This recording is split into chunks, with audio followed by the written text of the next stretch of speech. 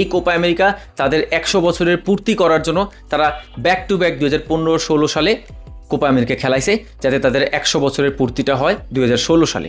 তারপর ইউরোর সাথে তারা একই সেম বছরে কোপা আমেরিকা যাতে খেলানো যায়, সেটার জন্যও তারা বারবার তাদের স্কেডিউলটা চেঞ্জ করছে। এখন এতবার স্কেডিউল চেঞ্জ করছে দেখে আর্জেন্টিনা সুযোগ পাইছে, ফাইনাল খেলছে, এরকম না। আর্জেন্টিনা তো একা এই টুর্নামেন্ট খেলে না, এর সাথে ব্রাজিল ওরাও খেলতেছে, তো ওরা পারে নাই কেন? আমার কথাটা হলো, ব্রাজিল তো পারতেছে না তাহলে কোপা আমেরিকা ফাইনাল এতগুলো খেলতে, উরুগুয়ে তো পারতেছে না, কলম্বিয়া তো পারতেছে না, আর্জেন্টিনা কিভাবে পারতেছে? তারপর এই ফিনালিসিমা, এটা নিয়েও মানুষরা তেমন এটাকে ক্রেডিবিলিটি দেয় না আসলে, কারণ দূর এটা কোনো কাপ হইল নাকি, একটা ম্যাচ জিতলাম, একটা কাপ পাই গেলাম, ইন্টারন্যাশনাল ট্রফি। তাহলে ইটালি তো পারলো না জিততে। এই যে নতুন কন্টেন্ট ক্রিয়েটার হিসেবে আপনাদেরকে আমি চাই সবচেয়ে ভালো ভালো স্পোর্টস কন্টেন্টগুলো উপহার দিতে, তাই আপনাদের সাপোর্ট খুবই দরকার। সাবস্ক্রাইব করে দিবেন, ফলো করে দিবেন। Thank you.